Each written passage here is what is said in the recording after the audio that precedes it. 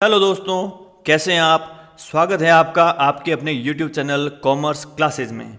मेरा नाम है पुखराज पुरोहित और आज मैं आपके सामने लेके आया हूं क्लास 12th का पहला टॉपिक साझेदारी का सामान्य परिचय, जनरल इंट्रोडक्शन ऑफ पार्टनरशिप। आज हम इस टॉपिक में सीखने वाले हैं साझेदारों की पूंजी पर ब्याज। साझेदारों की पूंजी पर ब्याज की गणना कैसे होती है, उसका लेखा किस प्रकार किया जाता है और यदि साझेदारों की पूंजी पर ब्याज की गणना की जाती है तो ऐसी स्थिति में कौन से नियम लागू होते हैं, आइए देखते हैं विस्तार से। सबसे पहले बात करते हैं साझेदारों की पूंजी पर ब्याज, इंटरेस्ट ऑन पार्टनर्स कैपिटल। साझेदारी सल्लेख में स्पष्ट रूप से उल्लेख होने पर ही साझेदारों को उनकी पूंजी पर ब्याज दिया जाता है। यह बात पहले ही आपको बताई जा चुकी है कि साझेदारों में सर्वप्रथम एक समझौता होता है जिसे हम साझेदारी सल्लेख कहते हैं, और इसी साझेदारी सल्लेख में यदि साझेदारों के मध्य यह समझौता होता है कि पूंजी पर एक निश्चित दर से ब्याज लिया जाएगा तो ऐसी स्थिति में ही साझेदारों को पूंजी पर ब्याज देय होगा, अन्यथा साझेदारों की पूंजी पर ब्याज की गणना नहीं की जाएगी। पूंजी पर ब्याज समय के आधार पर प्रारंभिक पूंजी पर दिया जाता है, अर्थात साझेदारों को सदैव पूंजी पर ब्याज उनकी प्रारंभिक पूंजी पर ही दिया जाता है। यदि वर्ष के दौरान अतिरिक्त पूंजी लगाई गई है तो उसमें समय के आधार पर पूंजी पर ब्याज की गणना की जाती है, अर्थात यदि साझेदारों द्वारा कोई अतिरिक्त पूंजी वर्ष के दौरान लगाई जाए तो जिस माह में साझेदारों ने पूंजी लगाई है वहां से लगा के वर्ष की अंतिम तिथि तक उसके ब्याज की गणना की जाएगी। अब यदि प्रश्न में अंतिम पूंजी दी गई हो तो प्रारंभिक पूंजी की गणना निम्न प्रकार की जाती है। जैसा कि आपको पहले बताया गया, साझेदारों की पूंजी पर ब्याज की गणना सदैव प्रारंभिक पूंजी पर की जाती है, लेकिन यदि प्रश्न में हमें अंतिम पूंजी दे दी जाए तो ऐसी स्थिति में हम प्रारंभिक पूंजी पर ब्याज की गणना कैसे करेंगे, तो उसके लिए हमें सबसे पहले प्रारंभिक पूंजी की गणना करनी होगी। जिसके लिए क्या लेखा करना होगा, उसके लिए हम अंतिम पूंजी में जो समायोजन हो चुके हैं उन सारे समायोजनों को विपरीत करेंगे, अर्थात जो भी मदें जुड़ चुकी हैं उन्हें हम घटाएंगे और जो मदें घट चुकी हैं उन्हें हम पुनः जोड़ेंगे। आइए देखते हैं। तो सर्वप्रथम इस फॉर्मेट में अंतिम पूंजी की राशि ली जाएगी। इस अंतिम पूंजी की राशि में हम ऐड करेंगे आहरण, अर्थात प्रारंभिक पूंजी में आहरण सदैव घटता है जिससे हमें अंतिम पूंजी ज्ञात होती है, तो हम अंतिम पूंजी में वापस आहरण जोड़ेंगे जिससे हम वापस प्रारंभिक पूंजी ज्ञात कर सकते हैं। इसके अलावा यदि साझेदारों द्वारा अतिरिक्त पूंजी लगाई जाती है तो अतिरिक्त पूंजी सदैव प्रारंभिक पूंजी में जुड़ता है और हमारे पास में अंतिम पूंजी है तो हम अंतिम पूंजी में वापस अतिरिक्त पूंजी को घटा देंगे, अर्थात लेस कर देंगे। इसी के साथ यदि चालू वर्ष का यदि लाभ जुड़ा हुआ है जो कि प्रारंभिक पूंजी में सदैव जुड़ता है तो ऐसी स्थिति में हम अंतिम पूंजी में से अंतिम लाभ को, चालू वर्ष के लाभ को घटा देंगे। ये सारे समायोजन करने से हमारे पास में वर्ष के प्रारंभ की पूंजी ज्ञात हो जाएगी, जिसके आधार पर हम ब्याज की गणना आसानी से कर सकते हैं। अब हम बात करते हैं पूंजी पर ब्याज की गणना। पूंजी पर ब्याज की गणना करना बहुत आसान है। सर्वप्रथम पूंजी की राशि इंटू दर बट्टा 100, जिस दर से पूंजी पर ब्याज की गणना करनी हो वह दर ली जाएगी, इंटू अवधि बटा 12। अवधि का मतलब है कि यदि साझेदारों द्वारा वर्ष के दौरान अगर पूंजी लगाई जाती है तो जितने माह की पूंजी पर ब्याज की गणना करनी है उस अवधि को हम यहाँ लेंगे और बटा 12 किया जाएगा, जिससे पूंजी पर ब्याज की गणना की जाएगी।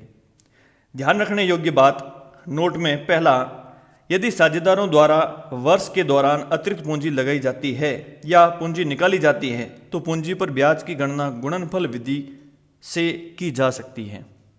गुणनफल विधि, हालांकि पूंजी पर ब्याज की गणना के लिए अलग अलग विधियां हैं जिसके लिए हम अगले वीडियो में विस्तार से चर्चा करेंगे, लेकिन यदि साझेदारों द्वारा वर्ष के दौरान अतिरिक्त पूंजी लगाई जाती है तो उसके लिए हम गुणनफल विधि का भी प्रयोग कर सकते हैं। लेकिन गुणनफल विधि का प्रयोग उस समय उपयोगी रहता है जब कोई साझेदार वर्ष के दौरान एक से अधिक बार अतिरिक्त पूंजी लगाए या व्यापार में से पूंजी निकाले। ऐसी दशा में हमें गुणनफल विधि का प्रयोग करना होता है। दूसरी बात, यदि पूंजी स्थिर है तो ब्याज की गणना स्थिर पूंजी पर ही की जाएगी। अर्थात यदि लेखे स्थिर पद्धति से रखे जाते हैं तो प्रति वर्ष पूंजी स्थिर रहती है, तो हम प्रारंभिक पूंजी पर ही सदैव ब्याज की गणना करते हैं। बहुत ही महत्वपूर्ण पूंजी पर ब्याज की गणना संबंधी प्रावधान। क्या नियम होते हैं पूंजी पर ब्याज की गणना करते समय, हमें कौन से नियमों को ध्यान में रखना होता है? इन्हीं नियमों के आधार पर एग्जाम में प्रश्न पूछे जाते हैं, तो इन नियमों का ध्यान होना जरूरी होता है।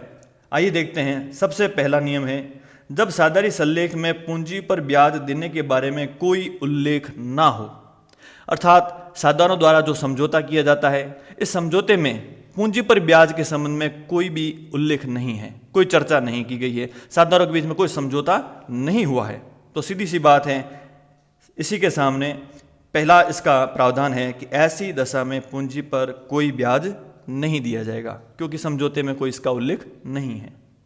महत्वपूर्ण बात है दूसरे बिंदु में। दूसरा नियम कहता है, जब साधारी सल्लेख में पूंजी पर ब्याज का उल्लेख तो हो, लेकिन यह स्पष्ट ना हो कि पूंजी पर ब्याज को प्रभार माना जाए या लाभों का नियोजन। प्रभार का अर्थ होता है कि ऐसा खर्च जो फर्म को लाभ हो या हानि हो, किसी भी परिस्थिति में फर्म को चुकाना पड़ता है, उन्हें हम प्रभार कहते हैं। अब साधारी सल्लेख में पूंजी पर ब्याज के संबंध में तो उल्लेख किया हुआ है, लेकिन यह स्पष्ट नहीं है कि यह पूंजी पर ब्याज फर्म के लिए प्रभार होगा या लाभों का नियोजन, अर्थात पूंजी पर ब्याज को लाभों के बंटवारे के रूप में प्रयोग किया जाएगा। आइए देखते हैं इसके बारे में।